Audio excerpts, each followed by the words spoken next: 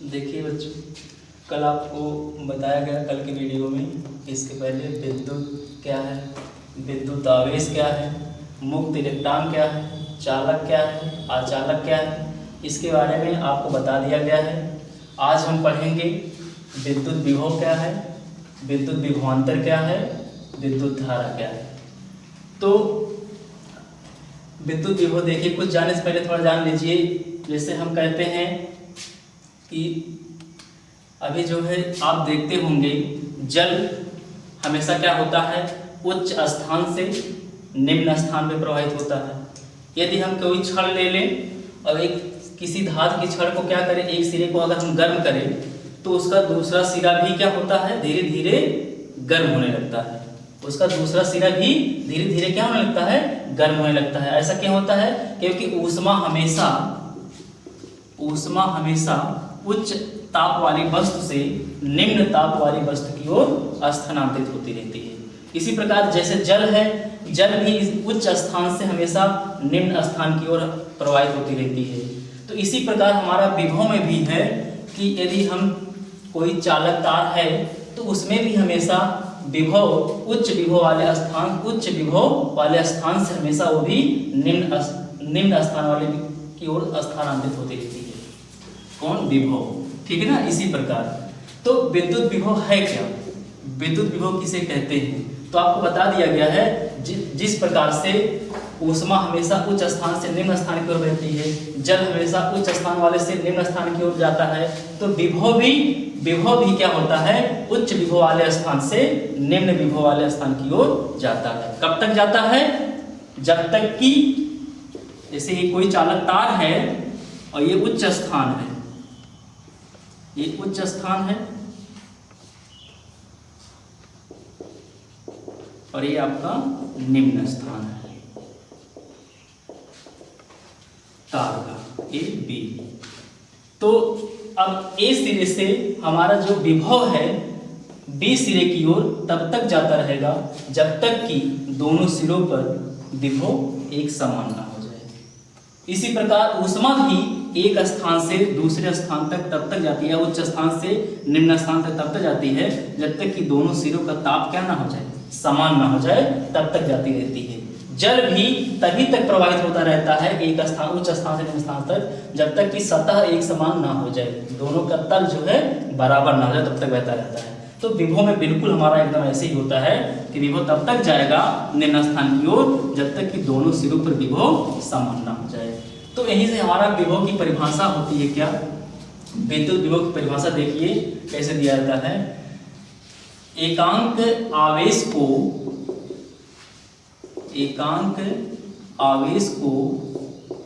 अनंत से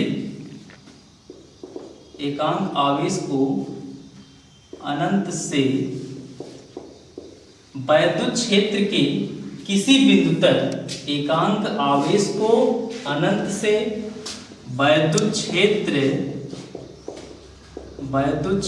के किसी बिंदु तक ले आने में किया गया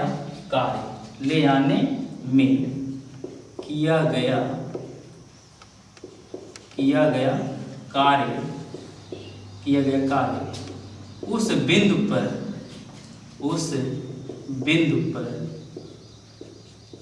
वैद्युत विभव कहलाता है या विद्युत विभव। उस बिंदु पर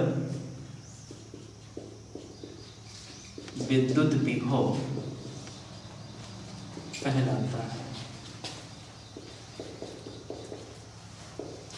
तो सुनिए, एकांक आवेश को अनंत से वैद्युत क्षेत्र के किसी बिंदु तक ले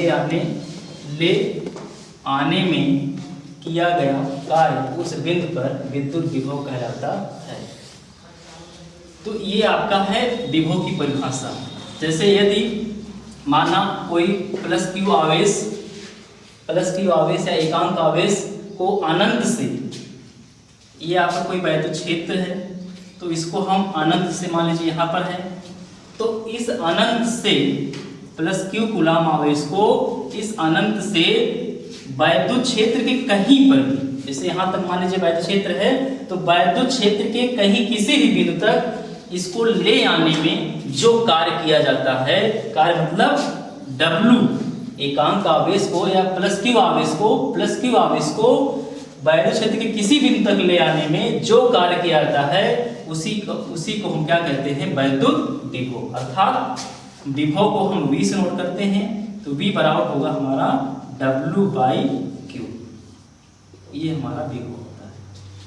मतलब एकांक आवेश को अनंत से, अनंत बोलना पड़ेगा, एकांक आवेश को अनंत से वैद्युत क्षेत्र के किसी बिंदु तक ले आने में किया गया कार्य उस बिंदु पर वैद्युत विभव कहलाता है। विभव का मात्रक, विभव का इस सूत्र के बेस पर, इस सूत्र के आधार पर विभव का मात्रक होगा, विभव का मात्रक होगा,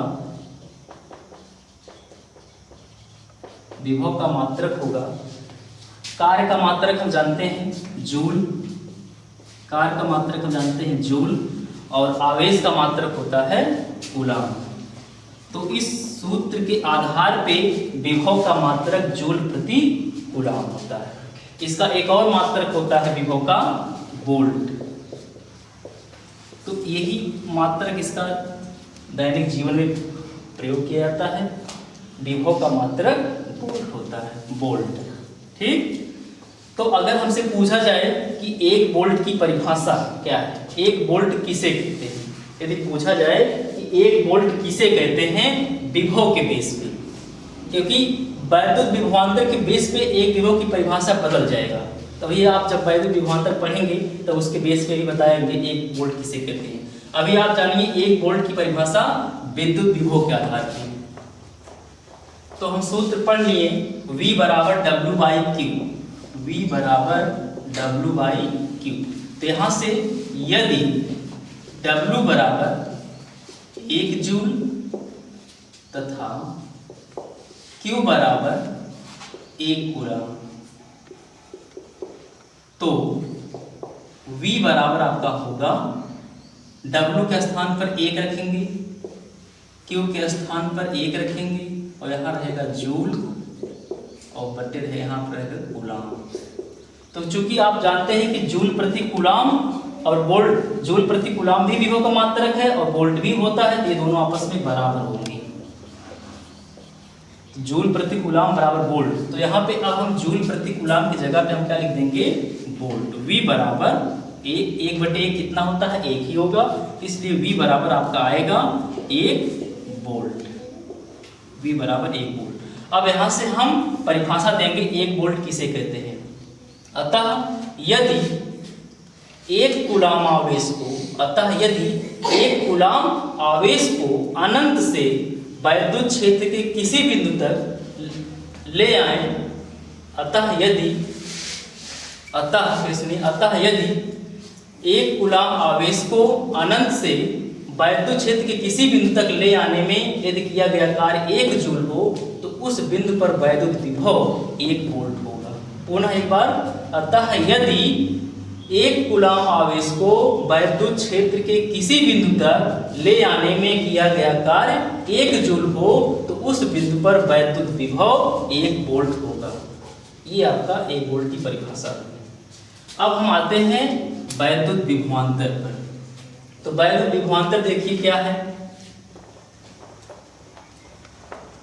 तो वैद्युत विभव और वैद्युत विभवांतर में थोड़ा सा अंतर होता है। देखिए विद्युत विभवांतर क्या है।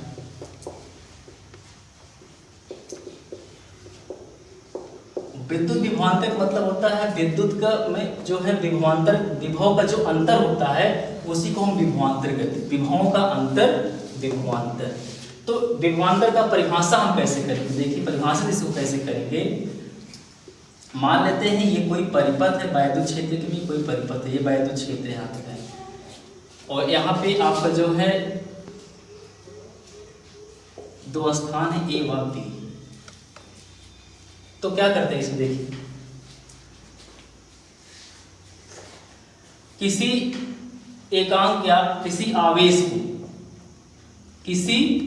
आवेश को एक बिंदु से दूसरे बिंदु तक किसी आवेश को एक बिंदु से दूसरे बिंदु तक ले आने में किया गया कार्य, या एकांक आवेश को एक बिंदु से दूसरे बिंदु तक ले आने में किया गया कार्य इन बिंदुओं के बीच वैद्युत विभवांतर कहलाता है। इन बिंदुओं के बीच वैद्युत विभवांतर कहलाता है। अर्थात माना कि एक कोई जो है एक चालकदार या विद्युत परिपथ है, तो एक परिपथ से दूसरे परिपथ तक एकांक आवेश को ले आने में हम जो कार्य करते हैं, उसी कार्य को हम क्या कहते हैं, इन बिंदुओं के बीच वैद्युत विभवांतर कहते हैं। जैसे Q कूलाम आवेश को A बिंदु से B बिंदु तक ले आने में किया गया कार्य यदि W हो, तो इन बिंदुओं के बीच हमारा वैद्युत विभवांतर होगा, या विद्युत विभवांतर V बराबर, वैद्युत विभवांतर को भी हम V से नोट करते हैं और वैद्युत विभव को भी हम V से नोट करते हैं। तो यहाँ से आपका वैद्युत विभवांतर या वैद्युत विभवांतर V बराबर हो जाएगा W/Q। वही दोनों में थोड़ा सा अंतर होता है। विद्युत विभव में हम आवेश को अनंत से ले जाते हैं, विद्युत विभव में हम आवेश को अनंत से ले जाते हैं, जबकि विभवांतर में हम आवेश को एक स्थान से दूसरे स्थान तक ले जाते हैं। वैद्युत क्षेत्र के एक स्थान से दूसरे स्थान तक ले जाते हैं। यही दोनों मुख्य अंतर होता है। तो विद्युत विभवांतर भी बराबर हो गया हमारा W/Q। इसका भी मात्रक वही होता है, जूल प्रति कूलाम, या इसका भी दूसरा मात्रक वही होता है, वोल्ट। इसका भी वही मात्रक होता है, वोल्ट, जूल प्रति कूलाम या बराबर वोल्ट।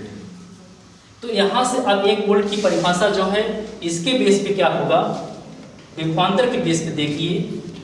विभवांतर के बेस पे भी परिभाषा वैसे होगा, बस थोड़ा सा बदलेगा, इसमें आप अनंत नहीं लिखेंगे। जैसे यहाँ पे भी आप लिखेंगे V बराबर W/Q है, तो यहाँ पे लिखेंगे आप यदि W बराबर 1 जूल, Q बराबर 1 कूलाम, तो V बराबर आपका आएगा 1 वोल्ट। उसी प्रकार कर देंगे यहाँ पर। तो यहाँ से परिभाषा हम क्या देंगे, 1 वोल्ट की विभवांतर के बेस पे, विभवांतर के आधार पे यहाँ से 1 वोल्ट की परिभाषा क्या होगी।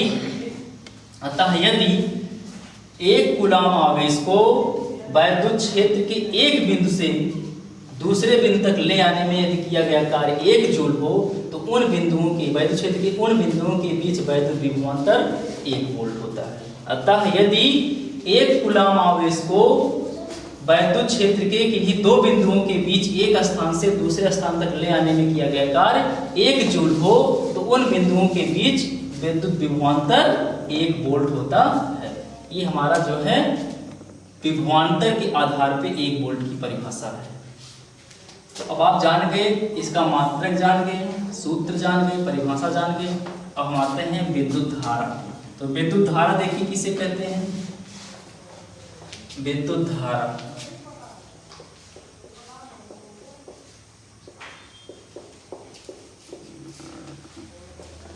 विद्युत धारा देखिए किसे कहते हैं।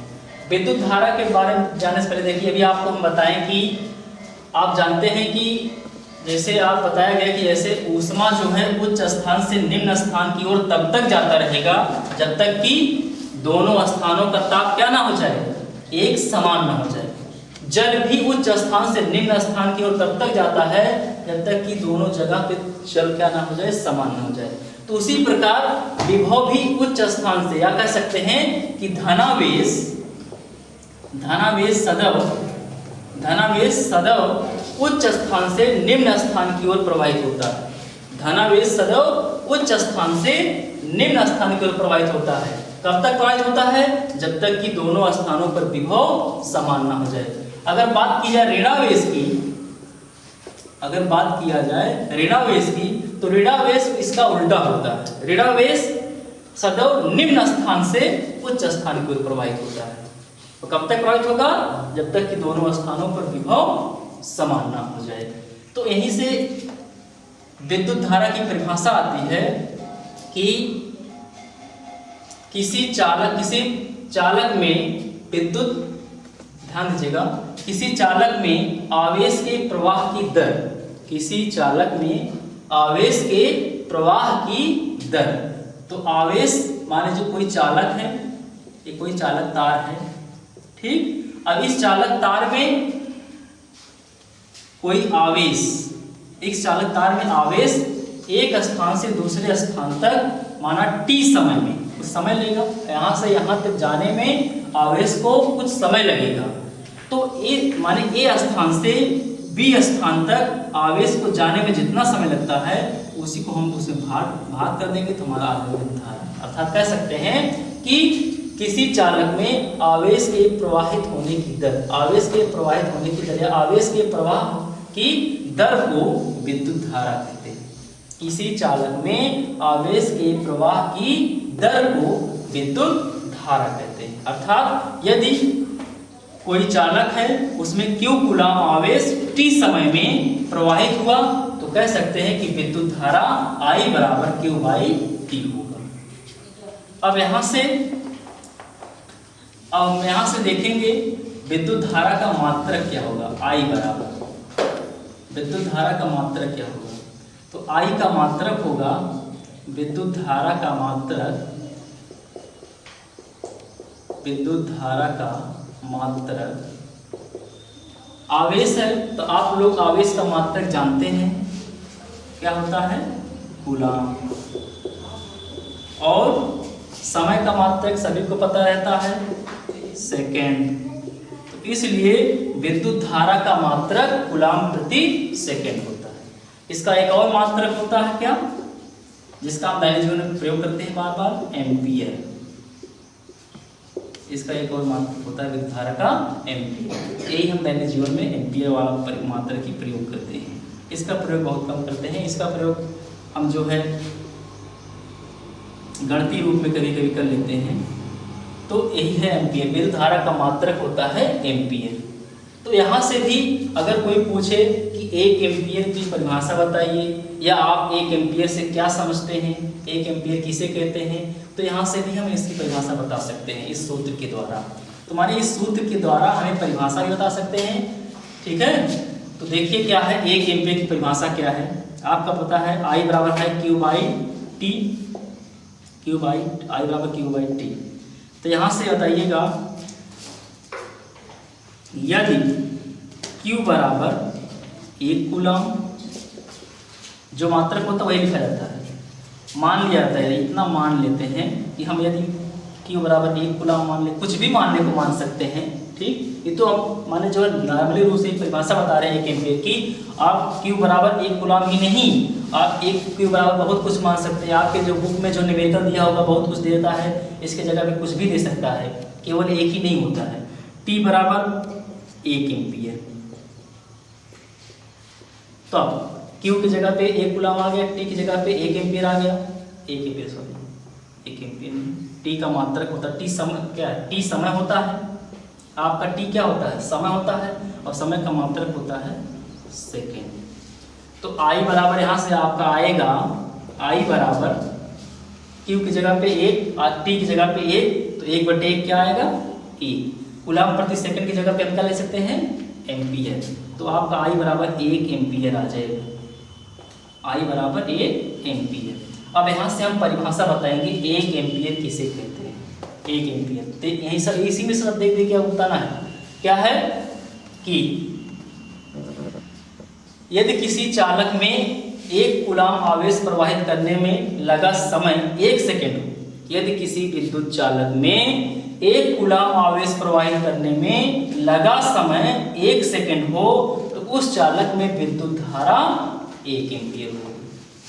फिर से सुनिए, यदि किसी चालक में 1 कूलाम आवेश प्रवाहित करने में लगा समय 1 सेकेंड हो तो उस चालक में विद्युत धारा 1 एम्पियर होगी। तो यहाँ से आप जितना बता ही दिए, तो आप कुछ भी माने जो है उस चालक में धारा प्रवाहित करा सकते हैं। ये तो नॉर्मली रूप से आपको 1 के रूप में बता दिया गया है। आप 10 माने जो है 10 कूलाम प्रवाहित कराइए, धारा आप देखिए, आप एक्सपेरिमेंट करेंगे, प्रयोग करेंगे, आपको अलग अलग परिणाम प्राप्त होगा।